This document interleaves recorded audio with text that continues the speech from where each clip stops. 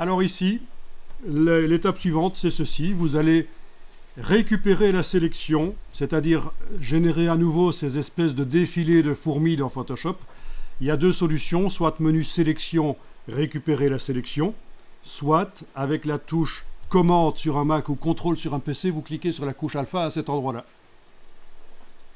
Donc touche commande sur le Mac, je clique là. Ça génère la sélection qui est correcte.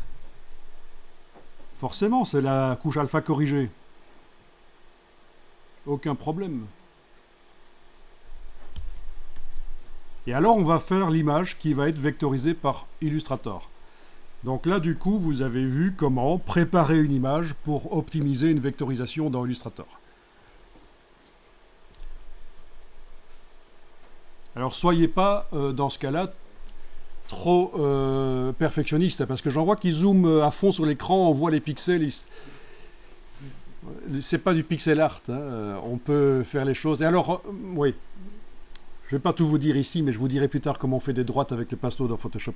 Ça peut aider dans le cas d'une voiture. Donc faites ça vite fait, là.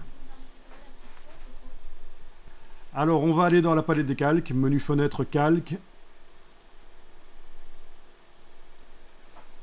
Dans la palette des calques, vous allez cliquez sur l'icône qui est juste à gauche de la corbeille, dans le bas de la palette des calques. Et vous avez fait donc un nouveau calque. Bien. Vous allez remplir de noir ce calque. Édition, remplir. Avec noir. Normal 100%, et on ne coche surtout pas à préserver les zones transparentes, sinon ça ne marchera pas. Édition remplir avec noir, normal 100%, et voilà. Vous avez la silhouette noire de la bestiole.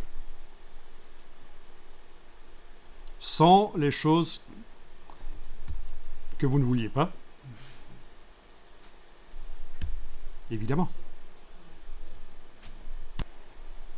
Alors, il faut bien comprendre que ces logiciels sont d'une souplesse incroyable, c'est-à-dire qu'on peut appliquer différentes méthodes pour arriver à un résultat.